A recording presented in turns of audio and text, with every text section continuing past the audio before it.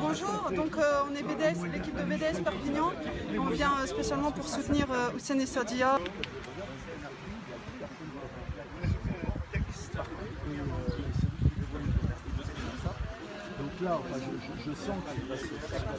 Thérèse Lurderman, je suis à la fois à France-Palestine, à l'UJFP, et j'ai été scandalisée par cette affaire de procès. Je n'ai pas compris comment on n'a pas essayé d'aller jusqu'au bout pour comprendre les motivations des uns des autres et éviter ce procès qui est vraiment ridicule et vraiment inique. Voilà. J'ai dit, à partir du moment où la LICRA, qui est réputée sioniste, s'empare de la chose, la LDH aurait pu se poser des questions.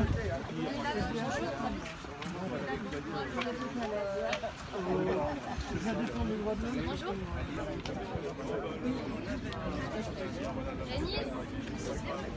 Quand même.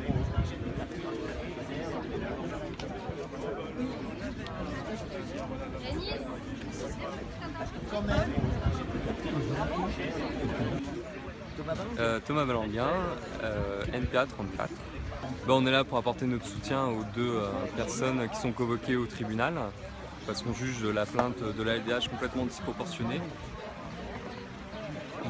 et surtout complètement contre-productive par rapport à la cause qu'on défend. On trouve ça tout à fait lamentable qu'on en arrive à de telles extrémités entre associations, partis politiques qui militent normalement du même côté de la barricade.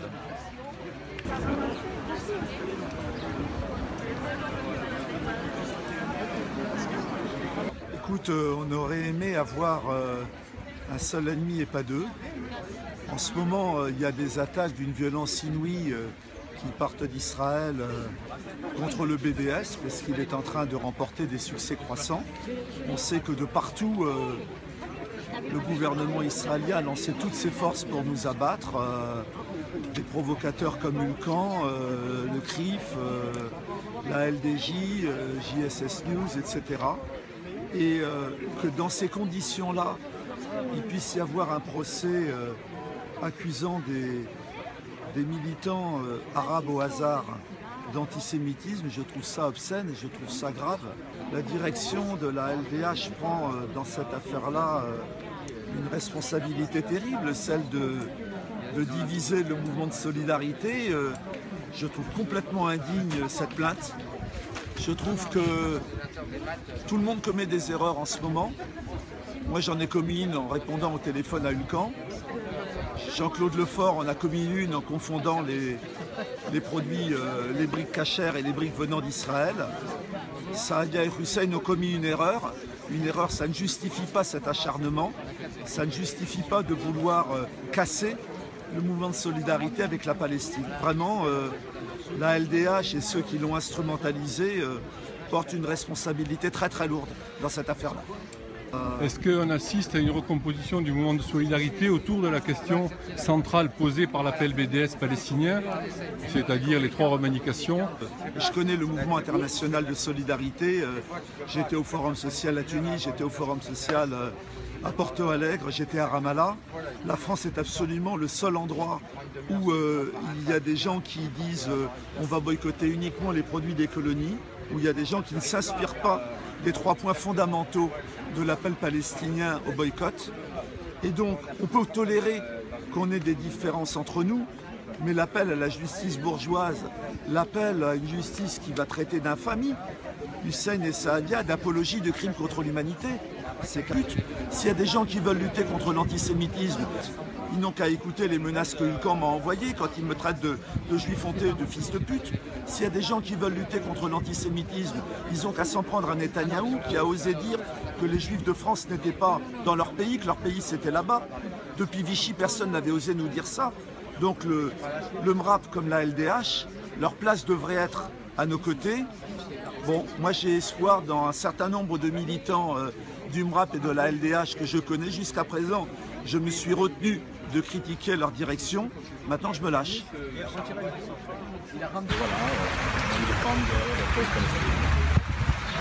Donc, je m'appelle Francis Viguier, je suis militant d'Ensemble Nous sommes là aujourd'hui pour dire une chose simple, c'est que nous considérons que cette plainte est disproportionnée, que tout aurait pu se traiter d'une autre façon, que nous sommes solidaires du combat de BDS aujourd'hui dans une situation où Israël, on vient de le voir avec son nouveau gouvernement et la politique générale qu'il mène, plus que jamais, le combat de BDS est important, essentiel pour trouver une issue positive pour le peuple palestinien et la reconnaissance de ses droits.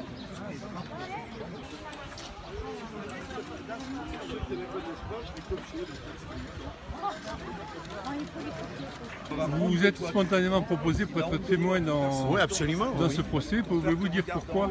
Je souhaite être témoin dans ce procès parce qu'il est question du crime contre l'humanité prononcé par la LDH contre ses camarades. Et le crime contre l'humanité, c'est quelque chose avec laquelle on ne joue pas. Et personnellement, je suis partie civile au procès Barbie qui a été, avec seul acte d'accusation, crime contre l'humanité et qui a été condamné. Et en France, le mot est chargé d'histoire, on ne l'utilise pas n'importe comment. Et à ce titre, je souhaite être entendu. Je pense que dans le mouvement de solidarité français particulièrement, parce que la France est un enjeu tout à fait exceptionnel dans l'affaire de la solidarité avec la Palestine, parce qu'il y a ici la plus grosse communauté juive d'Europe. Et les enjeux politiques sont à la hauteur.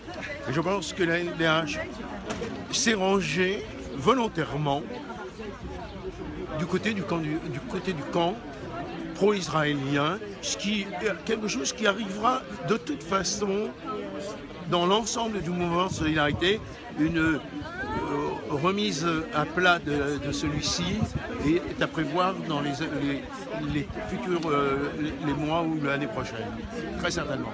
Nous venons d'apprendre que le MRAP s'est porté partie civile aux côtés de la LDH. Je suis au courant, et c'est une honte. Mais il faut bien comprendre que ce sont des associations en fin de vie d'un ancien modèle, d'un ancien concept de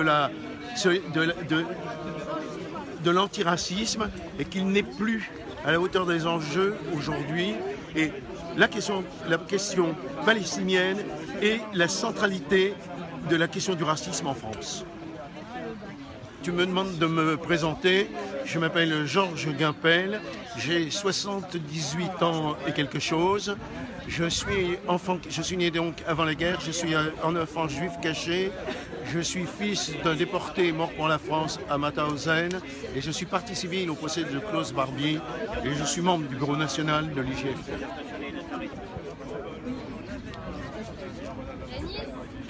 L'affaire est donc reportée au 12 novembre. Il y a déjà 4 associations qui sont parties civiles, c'est-à-dire la LDH, le Bureau de vigilance contre l'antisémitisme, SOS Avocats sans frontières et puis la LICRA. Voilà, et la presse en annonçait également le BRAMP. Donc les parties civiles peuvent venir jusqu'au dernier jour, on verra bien s'il y en a d'autres. J'ai reçu le dossier ce matin.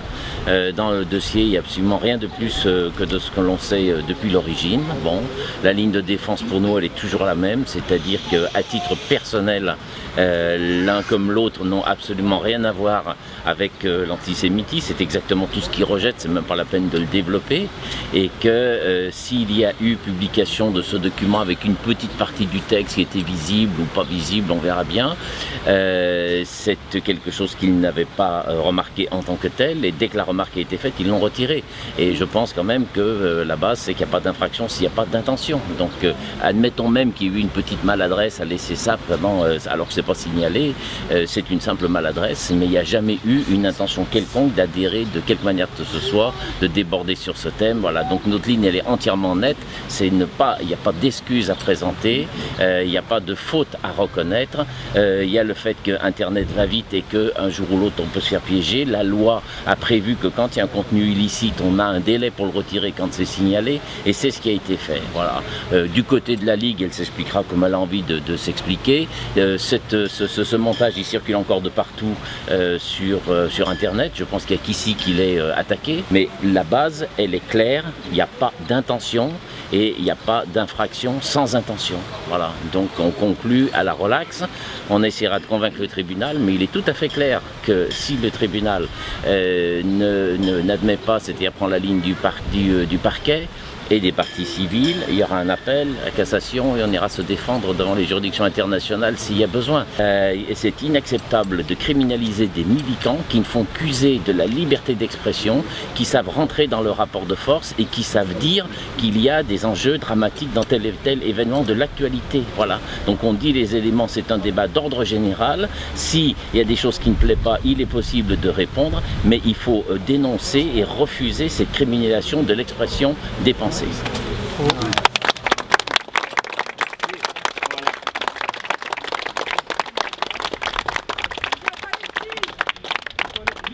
Palestine vivra! Palestine vaincra! Palestine vivra! Palestine vaincra! Palestine vivra! Palestine vaincra! Palestine vivra! Palestine vaincra!